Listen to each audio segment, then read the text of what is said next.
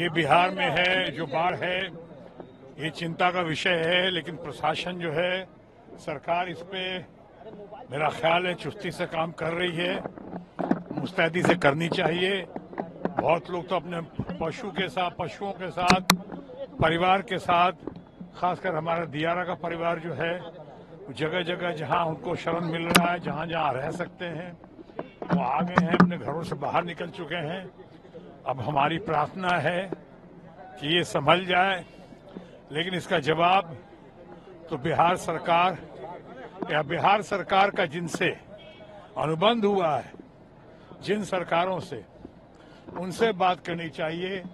नेपाल के बारे में बात करते हैं लोग। नेपाल में अभी नेपाल खुद ही अभी बहुत बुरी तरह से बाढ़ से ग्रसित है, तो उसका अब ये जो है, ये सरकारी लोगों से, उनसे बात करके मैं अभी आया हूं और आते आते मुझे खबर मिली है कि बिहार में थोड़ी सी काफी चिंता का विषय बना हुआ है इस वक्त बिहार में बाढ़।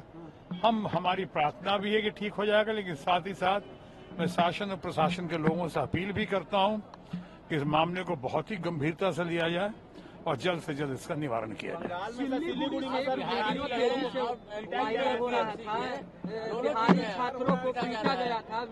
ये बात बहुत अब कुछ पुरानी हो चुकी है। मैं इसका जब सबसे पहले चंद लोगों ने जिन्होंने बयान दिया था, उसमें से एक मेरा भी बयान था। ये वाकई ये सही नहीं है। जो लोगों ने ऐसा किया है, जिन्होंने अपराध किया है हमारे छात्रों के साथ, हमारे लोगों के साथ, गरीब परिवार के बच्चों के साथ, ये जिस तरह से किया है, उनकी पहचान होनी चाहिए। इंक्वायरी का विषय है, उनको सख्त सजा मिलनी चाहिए। लेकिन साथ ही साथ ये भी कहना चाहूंगा कि इसको मेरे ख्याल से बंगाल बिहार का रूप देना ठीक नहीं होगा, क्योंकि बंगाल में मुझे लगता है कि सबसे ज्यादा बंगालियों के बाद अगर कोई परिवार वहां काम करता है, चाहे पुलिस का मामला हो, पुलिस में हो, क्या चाहे डॉक्टर्स का मामला हो, जो वहां पे लोग हैं बिहार के ही सबसे ज्यादा लोग हैं। कोयला मजदूर हमारा बंगाल में, मैं आसनसोल का एमपी हूं। आसनसोल में देखता हूं अच्छी तरह सद्भावना है, भाईचारा है, सिटी ऑफ ब्रदरहुड है आसनसोल। सर्व धर्म समभाव में वहां लोग यकीन रखते हैं, विश्वास रखते हैं। अब ये घटना घटी, कैसे घटी, क्यों घटी, एक तो हम घटना की निंदा करते हैं, दूसरी तरफ ये भी कहते हैं कि इसकी पहचान होनी चाहिए। लेकिन मुझे लगता है कि इस मामले में कुछ लोगों की गिरफ्तारी हुई है, एक्शन लिया गया है, रिएक्शन हो चुका है। अब इस बात को और आगे बढ़ाने से फिलहाल कोई लाभ नहीं। जम्मू कश्मीर में चुनाव है, दावा भाजपा भी कर रही है, इंडिया अलायंस के लोग भी कर रहे हैं, सरकार मेरी बनेगी। देखिए ना, आपको तो पता है जब चुनाव की घड़ी आती है तो हमारे जितने मित्रगण हैं दूसरे पार्टीज में, और खासकर हमारे भारतीय जनता पार्टी के लोग, जिनके बर्तनों को मैं बहुत अच्छी तरह पहचानता हूं, वो तरह तरह की बातें करते हैं, तो मुद्दों से दूर भागते हैं।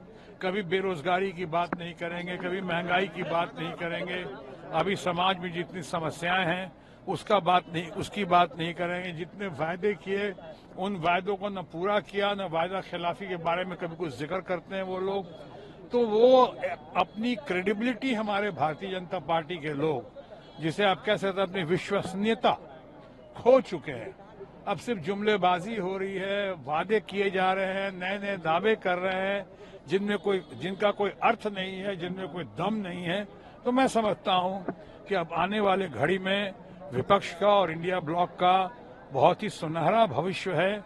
मुझे लगता है, आम लोगों को भी लग रहा है कि हरियाणा में, कश्मीर में, महाराष्ट्र में या हमारे झारखंड में भी विपक्ष इंडिया ब्लॉक बहुत अच्छा करेगा। उनका परचम जो है इस बार चुनाव के बाद जहां जहां चुनाव हो रहे हैं और जहां जहां चुनाव होगा, बहुत जोर शोर से लहराएगा। अच्छा, एक सवाल और है, बिहार में एक मुद्दा गर्म है स्मार्ट मीटर का।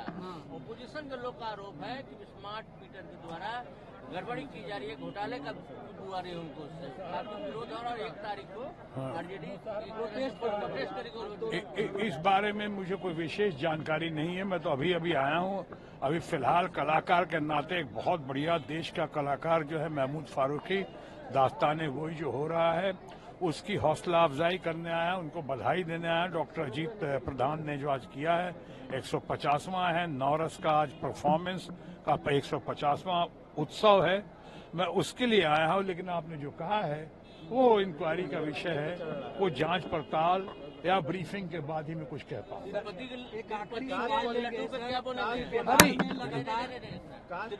देखिए, तिरुपति के लड्डू के बारे में उसकी पहले हम सिर्फ गोदी मीडिया के कहने पे या कुछ नेताओं के कहने पे हम ऐसे क्यों भागे जा रहे हैं?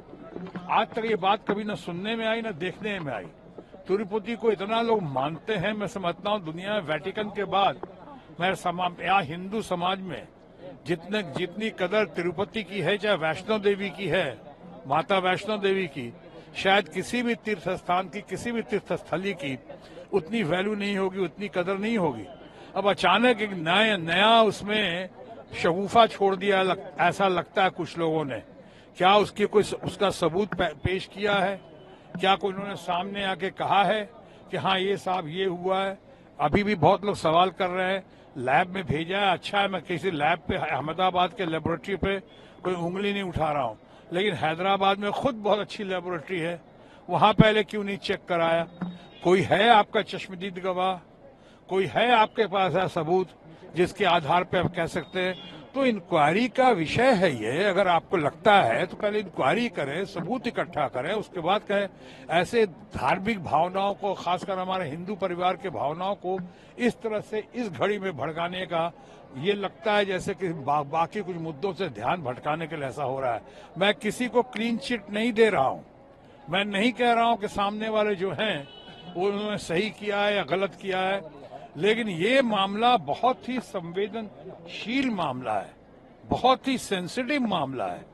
इस पे हम लोगों को बहुत सावधानी पूर्वक चलना चाहिए। यहाँ देश विदेश में करोड़ों लोग मंदिर के प्रसाद की जो उन्होंने भावना के साथ जैसे ग्रहण करते हैं, जिस तरह से लोग कहीं प्रसाद दिया जाता है तो प्रसाद लेने के पहले अपने जूते तक उतार देते हैं, इतना मान सम्मान के साथ लेते हैं। इसलिए इसको देखना बहुत जरूरी है। इस पे कुछ ज्यादा सबको नहीं बोलना चाहिए।